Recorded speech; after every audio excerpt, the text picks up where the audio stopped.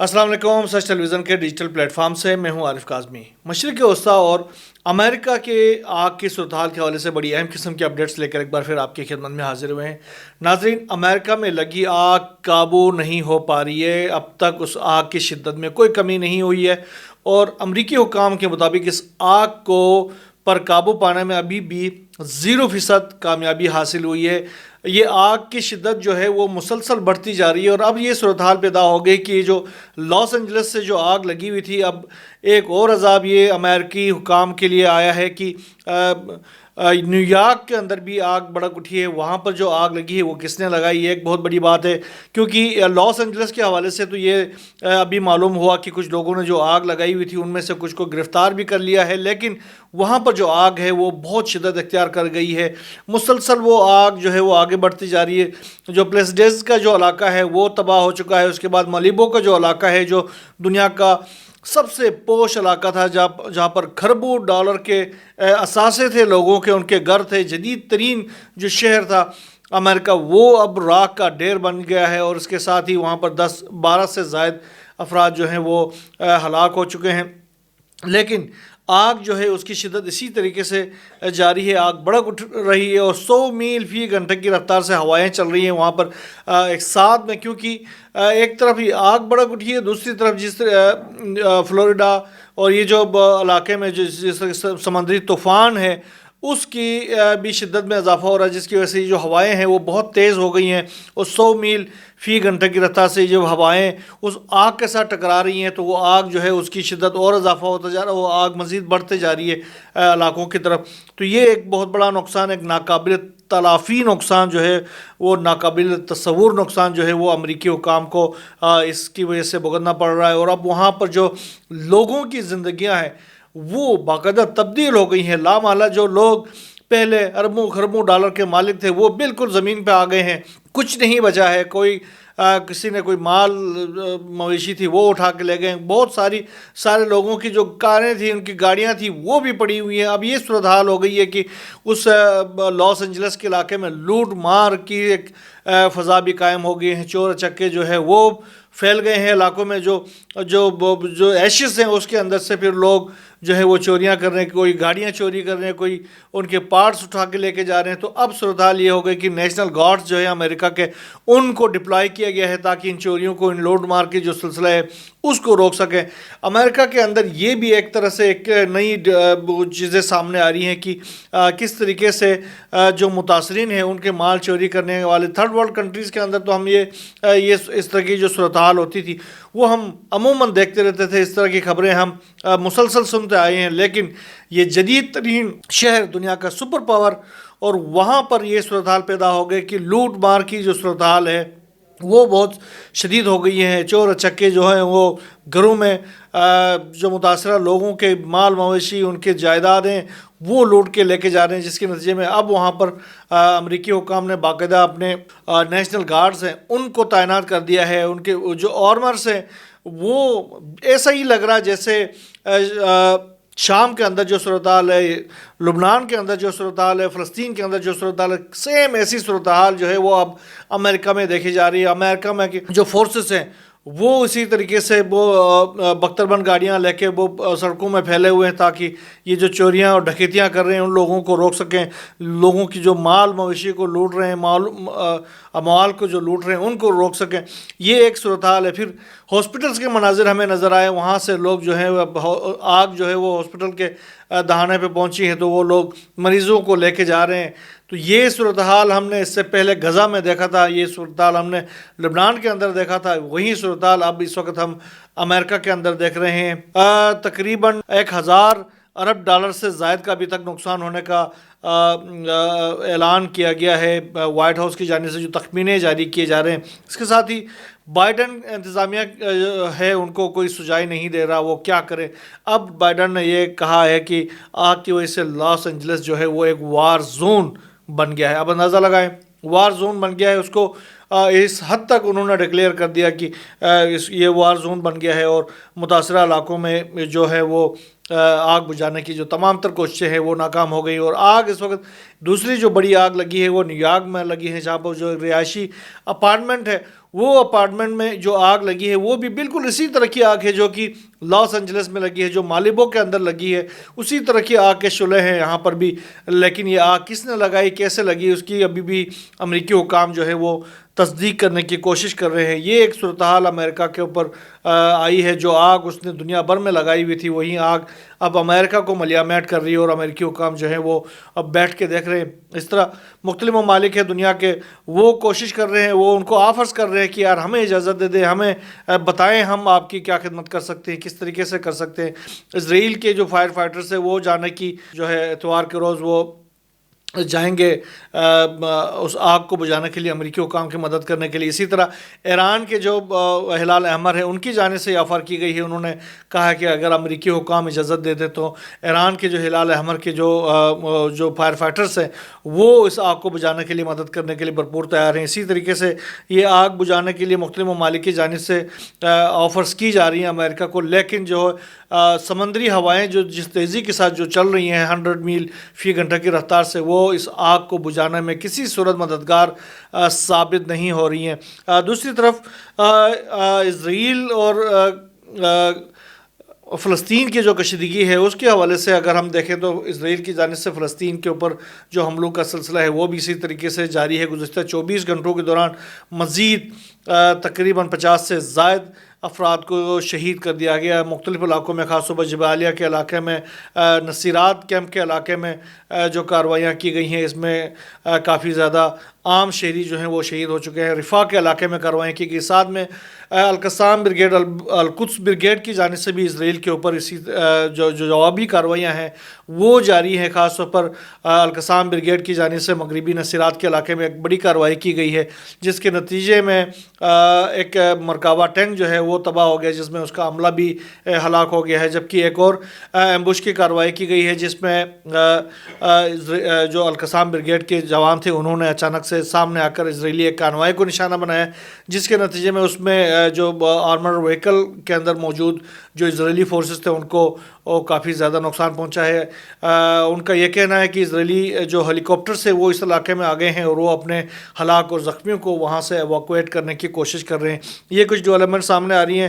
اس کے ساتھ ہی گزشتہ روز اسرائیل کے حملے میں ایک اور جو صحافی جو ہیں وہ شہید ہو گئے تھے. یہ صحافی سعید نبان، ان کا آج نماز جنازہ بھی ادا کر کے ان کی تدفین کر گئی. اب اس طرح غزہ میں شہید ہونے والے صحافیوں کی تعداد تقریباً 204 ہو گئی ہے. اب جو قیدیوں کا تبادلہ ہے اس کے حوالے سے ابھی تک کوئی خاص ڈیولپمنٹ سامنے نہیں آ سکی ہے. جو قطر میں بات چیت کا سلسلہ ہے وہ جو بات چیت ہے وہ بھی اب اس میں ڈیڈ لاک برقرار ہے، کیونکہ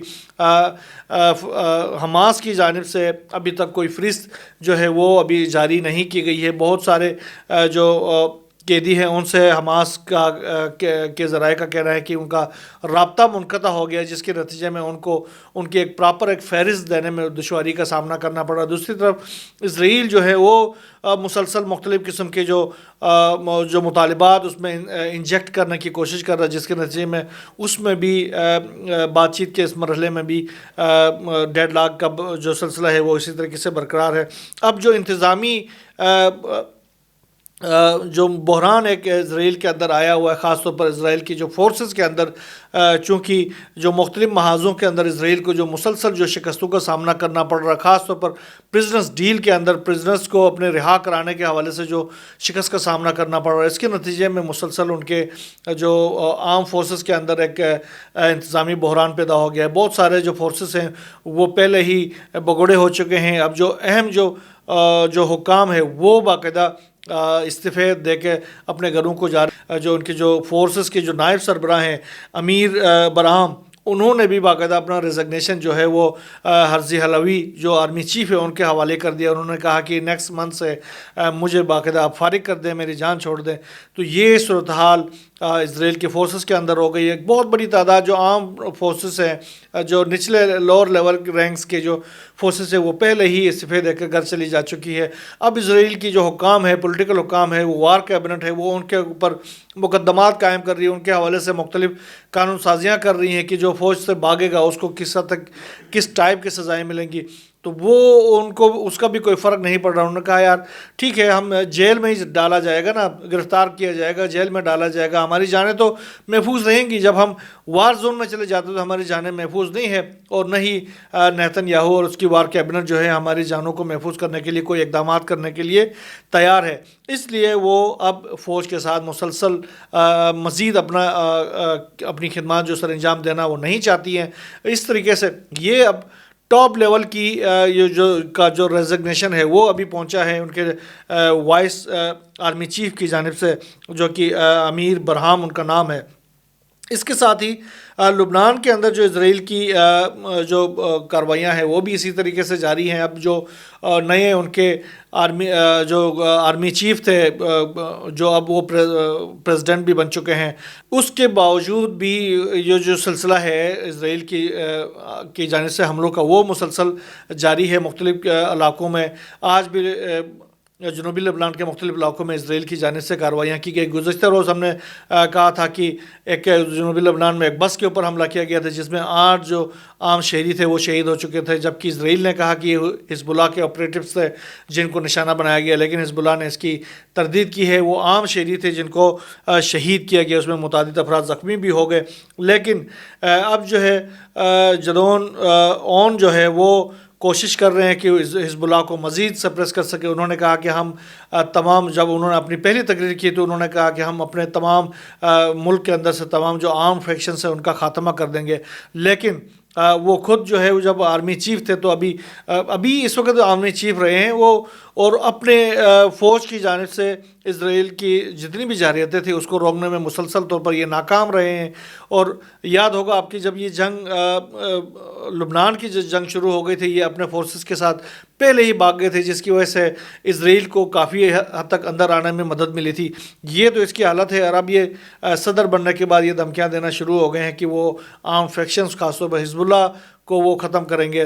تو یہ تو ان کے بس میں تو بات نہیں ہے, کیونکہ حزب اللہ ایک بہت بڑی طاقت بن چکی ہے, اور آنے والے دنوں میں جو ہی 26 جنوری میں یہ جب ختم ہوگا 60 روزہ جنگ بندی کا, تو اس سے پہلے لگ یہی رہا کہ اسرائیل کے اوپر ایک بہت بڑا حملہ حزب اللہ کی جانب سے بھی کیا جائے گا. دوسری طرف شام میں جو ہے وہ اسرائیل کی جو دراندازی ہے وہ اسی طریقے سے جاری ہے.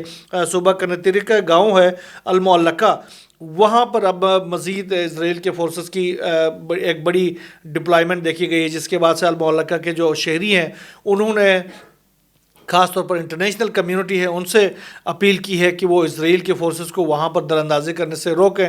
انہوں نے جو وہاں کے شہری انہوں نے یہ بھی کہا کہ جو شام کی نئی گورنمنٹ ہے انہوں نے وعدے تو بہت کیے تھے کہ وہ اس علاقے میں اپنے فورسز بھیج کر عوام کی جو زندگیاں ہیں اس کو محفوظ بنائیں گے, لیکن وہ اپنے وعدے پورے کرنے میں ناکام ہو گئے ہیں. اور اسرائیل کی جو فورسز ہیں وہ مسلسل وہاں کے لوگوں کے گھروں کو جلا رہی ہے, وہاں کے لوگوں کو سپریس کرنے کی کوشش کر رہی ہیں, ان کی زمینوں پر قبضے کر رہے ہیں, اور ان کی جو زرعی زمینیں ہیں ان کو ملیامت کر رہے ہیں, ان کو نقصان پہنچا رہے ہیں.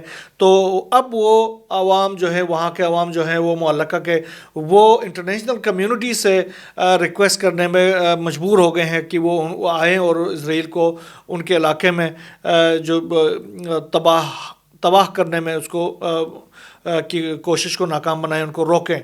دوسری طرف ایران اور اسرائیل کے درمیان جو کشیدگی ہے وہ بھی اسی طریقے سے جاری ہے. دونوں جو ہیں وہ ایک دوسرے کے اوپر حملے کرنے کے لیے تیاریاں بھرپور طریقے سے کر رہے ہیں. ایران کے حوالے سے یہ کہا جا رہا ہے کہ وہ آپریشن وعدے صادق 3 کے بالکل قریب پہنچا ہوا ہے, اور اس حوالے سے اسرائیل کی جو انٹیلیجنس ایجنسیاں ہیں وہ بھی یہ مسلسل طور پر یہ کہہ رہی ہیں کہ ایران کسی بھی وقت اسرائیل کے اوپر ایک بہت بڑا حملہ کر سکتا ہے. اور دوسری طرف ایران جو ہم نے اپنے گزشتہ ولاگ میں بھی کہا تھا کہ ایران کی جانب سے ایک اپنا جو انڈر گراؤنڈ شہر ہے میزائلز کا, وہ اس کی رونمائی کی گئی ہے, جس میں دیکھا جا سکتا ہے جنرل سلامی جو ہے وہ اپنے ایک ساتھی کے ساتھ اس علاقے میں اس انڈر گراؤنڈ جو شہر ہے اس کا دورہ کر رہے ہیں. اس میں میزائلوں کے جو مختلف جو یونٹس ہیں اس کا وہ وزٹ کر رہے ہیں, اس کی جائزہ لے رہے ہیں. تو اس کے ساتھ ہی آپریشن صرف یہ کہا جا رہا کہ یہ صرف آپریشن وعدِ صادق 3 کی تیاری نہیں ہو رہی ہے، بلکہ ایک آپریشن وعدِ صادق 4 کی بھی تیاری ہو رہی ہے، کیونکہ ایران جو ہے وہ جب وہ کارروائی کرے گا اسرائیل کے اوپر تو اس کے بعد اسرائیل کے ریئیکشن کے ساتھ ہی کاؤنٹر ریئیکشن کے لیے بھی اس میں ایک اسٹریٹجی کے تحت وہ کوششیں کی جا رہی ہیں۔ دوسری طرف گزشتہ روز جس طریقے سے ٹرمپ کی جانب سے ایک ویڈیو ایک امریکی پروفیسر کی شیئر کی گئی تھی اپنے سوشل میڈیا ٹروتھ سوشل کے اندر، جس میں وہ جو پروفیسر تھے وہ باقاعدہ بینجامن نیتن یاہو کو گالیاں دے رہے ہوتے تھے، تو اس کے بعد سے بینجامن نیتن یاہو جو ہے وہ ٹرمپ سے بہت زیادہ ناراض ہو گئے، اور انہوں نے باقاعدہ اعلان کیا ہے کہ وہ صدر ٹرمپ کی حلف برداری میں شرکت نہیں کریں گے۔ نیتن یاہو نے ایک اس ویڈیو کے جواب میں کہا ہے کہ وہ ٹرمپ کی ابتدائی تقریب میں نہیں جائیں گے اور نہ ہی کوئی سیاسی وفد بھیجیں گے، ٹرمپ کو اسرائیل کے عوام اور مجھ سے معافی مانگنے پڑے گی۔ تو یہ اب باقاعدہ بینجامن نیتن یاہو نے ڈونلڈ ٹرمپ سے مطالبہ کیا ہے کہ اس نے جس طریقے سے اس پروفیسر کی ٹویٹ اپنے سوشل میڈیا پہ پوسٹ کی ہے، اس کے بعد سے یہ ہم تصور کرنے میں مجبور ہیں کہ یہ جو باتیں ہیں وہ دراصل اس پروفیسر نے نہیں کی ہیں، وہ ٹرمپ کی باتیں ہیں، لہٰذا ٹرمپ کو اسرائیل کے عوام سے بھی معافی مانگنا چاہیے اور بینجامن نیتن یاہو سے بھی معافی مانگنا چاہیے۔ اور بینجامن نیتن یاہو نے ٹرمپ کے آنے والے دنوں میں 20 تاریخ کو جو حلف برداری کی تقریب ہے اس میں جانے سے انکار کر دیا، انہوں نے کہا کہ ہمارا کوئی وفد بھی نہیں جائے گا۔ یہ کچھ ڈیولپمنٹس مشرق وسطیٰ اور ایز اے ہول دنیا بھر سے سامنے آ رہی، جو بھی نئی ڈیولپمنٹس انشاءاللہ سامنے آتی رہیں گی انشاءاللہ وہ ہم آپ سے شیئر کرتے رہیں گے۔ یہاں بس اتنا ہی، اللہ حافظ۔